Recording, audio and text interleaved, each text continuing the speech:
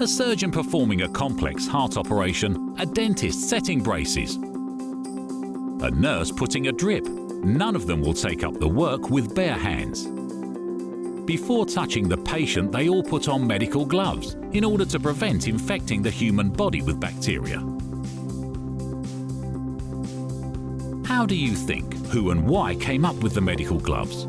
May a fancy doctor have wanted to add a little spice into the boring medical uniform with the new accessory?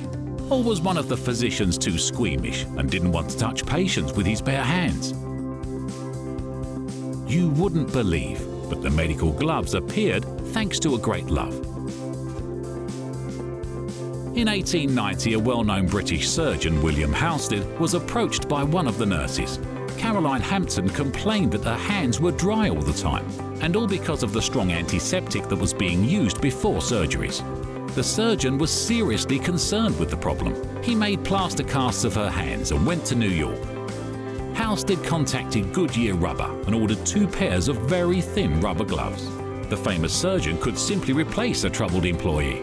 What was the reason for such care for the hands? Let's find out.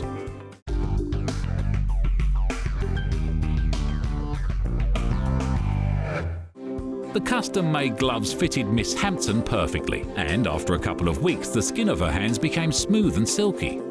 Dr. Halsted noticed how convenient these gloves were for work and ordered the same for all of his assistants. The inventor didn't even suspect the importance of his discovery until 10 years later.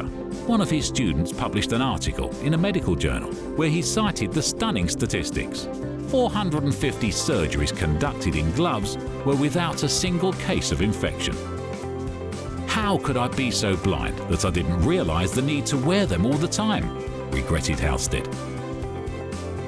In the 20th century, gloves were used in operating theatres around the world.